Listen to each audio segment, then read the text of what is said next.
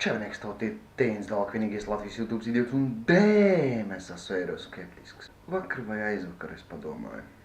Un es ilgi domāju un es nesaprotu. Es nesaprotu tos cilvēkus, kas neredz to, kā Latvija tiek postīta, kas noliedz to, ka Latvijā iet sūdīgi kopumā. Varbūt ne jums personīgi, bet kopumā.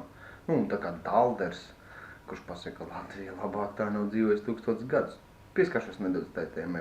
Viņš nerunāja par sevi, nesarauja apakšbiks dibenā, viņš runāja par tautu, viņš tā neteiktu. Viņš runāja par tiem, kas vada to tautu. Viņiem nav gājis labāk. Viņi, komunismu laikos, nevarēja tā zakt.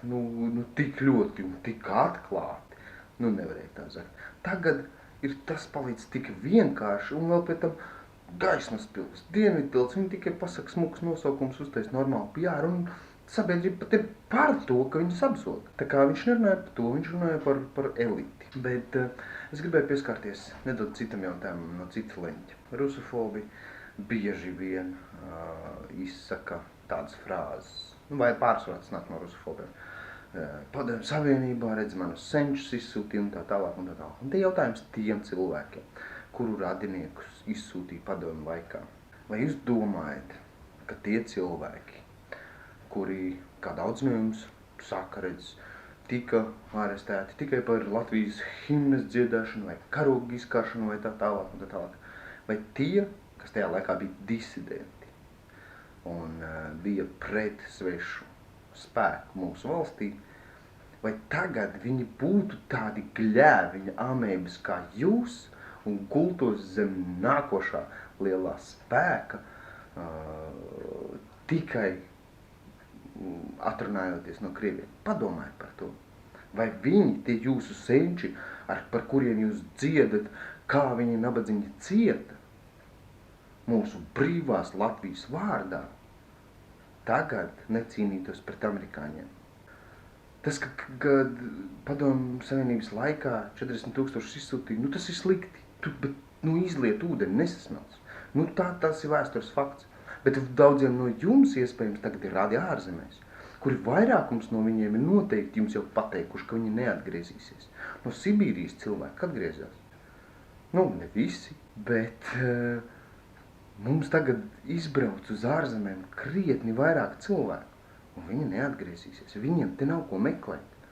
Viņi redz, esot citā normālā valstī, viņi redz, ka var dzīvot, nevis izdzīvot. Mēs jau nedzīvojam tik slikti, es jau varu izdzīvot. Tas, ko es esmu dzirdējis no saviem kolēģiem.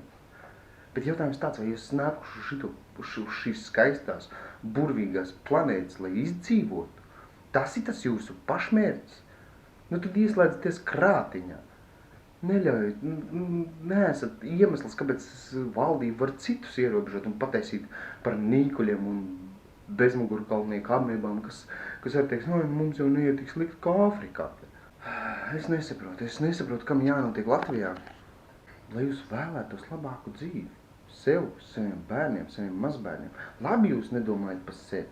Tas strunts pupumīzes, gribat jūs dzīvot sūdīgi, dzīvojat, nedarat neko vairāk, ka tikai darbs, mājas un seriāli. Nedarat. Nav spiesta lieta. Ir cilvēki, kas haltūrē, kas atrod kaut kādu savu nišu, kam strādā smadzenes. Ir tādi cilvēki. Mums ir daudz talantīgi cilvēki Latvijā. Ir cilvēki, kas to māk izdarīt. Pupumīzes, jūs nemākat, bet Dievs ir jums. Bet neļaujiet nedodat savas ignorances dēļ tiem varaskāriem, psihopātiem izpostīt visu pārējo dzīves. Kad jūs vienreiz padomāst un sapratīst, ka tikai aiz bailēm un aiz naida varai ir izdevies iedzīvoties tā, kā viņiem ir izdevies, un varas elitei ir izdevies to visu izdarīt bez nekādas cilvēka pretestības. Kad jūs sacelsties pret netaisnību? Jūs runājat par pagātnes netaisnību, par pagātnes sāpēm, bet tagad jūs ļaujat drāst sevi un savus bērnus tiem uzņēmējiem, mikro uzņēmumu nodokļiem, maziem sijā. Jūs domājat, jūs nebūsiet nākošie, tad, kad viņiem aptrūksies naudas. Tagad jūs dzīvojat mierīgi un jūs klusēt un jums nospļauties. Tad, kad bija mikro uzņēmumu nodokļu protests, kur bija sijā? Tad, kad bija vienīgā īpašuma nodokļa protests. Kur bija tie visi pārējie, kam tie īpašumi ir? Jums vienalga. Tāpēc, ka jūs zinat, jūs aizbēgst. Vai jūsu senči, kas cieta no viena režīma, skatoties uz jums, nekaunētos? Vai viņiem nebūtu kauns par to, ka viņi ir izaudzinājuši tādas gļēves un tik trulus amēbas, kas ir tik viegli iebiedējams? Padomājiet par to. Izaudzējiet mugurkaulu, izdarat kaut ko.